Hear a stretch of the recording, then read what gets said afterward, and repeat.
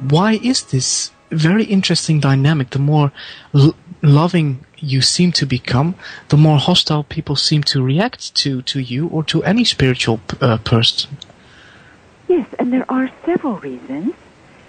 One of it is that if loving has to do with the fact that you're moving beyond the matrix, and this eternal compassion, which is the true expression of authenticity and appreciation of existence, it's beyond the love that is directional. When you live from that experience, they only know one thing. They know, firstly, that you produce discomfort in them because they have to let go age-old matrices and belief systems that have been there sometimes for eons of existence. Because the presence of somebody outside of the matrix evokes in them a feeling that this old way of living is no longer going to work at a non-cognitive level. And if they fight it, the best thing to fight is the origin of such a experience, and that is the person in their midst. Masters have traditionally changed those they are among, even just with their presence, simply because they move out of a box into a larger box, and it affects those who are still in the smaller box to leave behind the comfort of those prison bars. So that's number one. They feel like they're being forced into change, forced into relinquishing particularly identities. So the next thing is that people are familiar with the dysfunctional, and you find often that people that have had dysfunctional childhoods, unless there is a lot of self-work, will choose similar situations later on.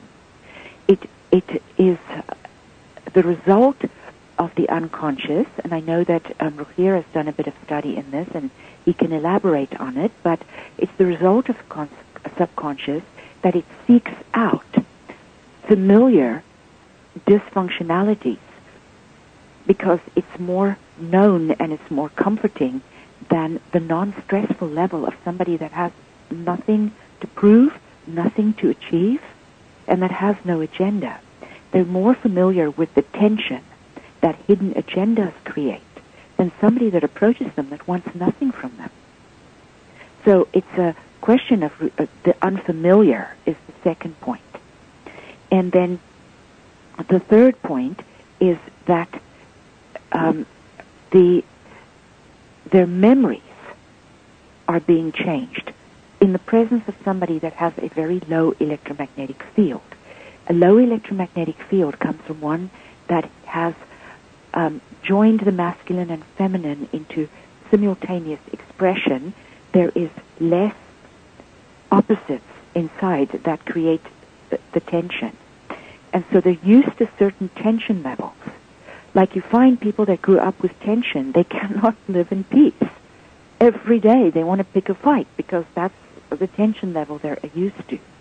You provide a different tension level, and again, it is a familiarity they don't have. So it's, listen, he's not one of us. Listen, she's not, she's way out of the paradigm, way out of the box.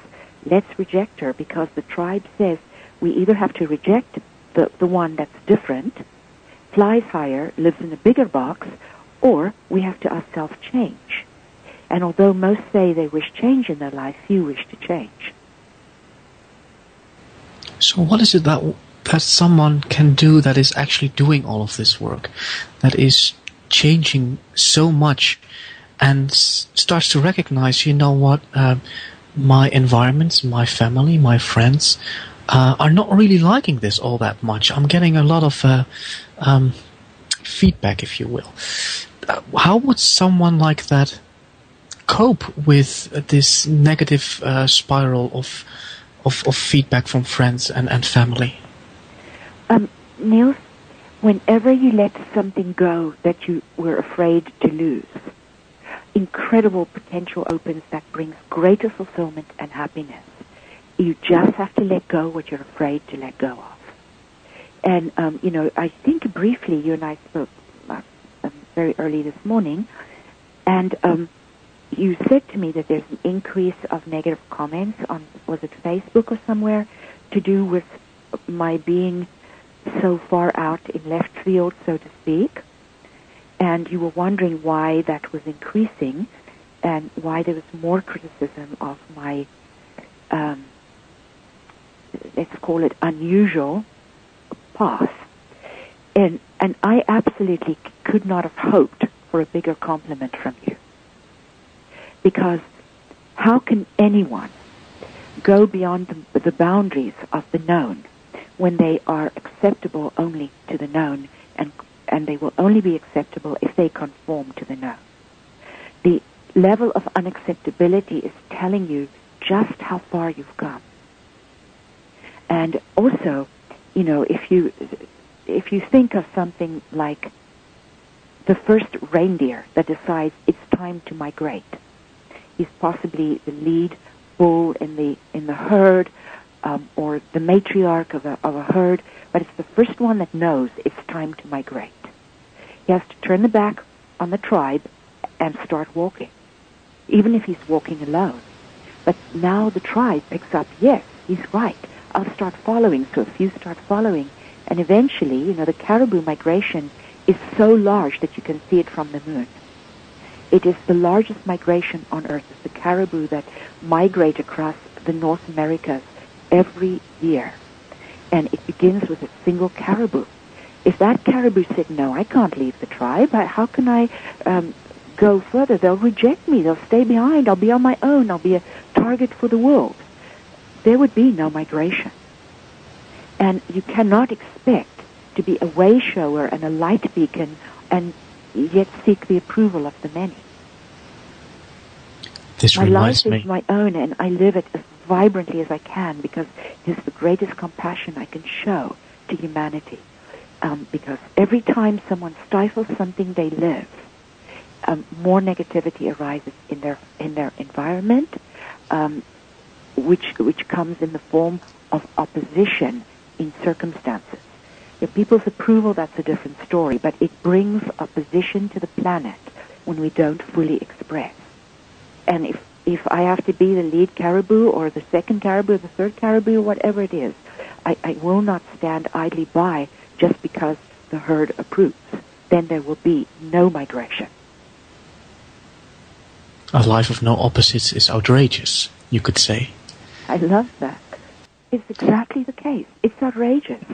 And the world doesn't accept outrageous. You know, my little daughter this semester wants to dress outrageously. I've said to her, sweetheart, does it injure anybody? Is it immoral? Is it immodest? Is it out of the range of your age where you should be expressing appropriately, you know, so that you don't get misjudged for your maturity level? I'm fine with it, and I will support your rebellion. So she's wearing black boots and black eye makeup, and she's wearing, you know, fishnet stockings with frilly skirts and black leather jackets. I am just fine for the revolution of one. I told her it's more important that she acts authentically than that she tries to stifle it because others might misinterpret this.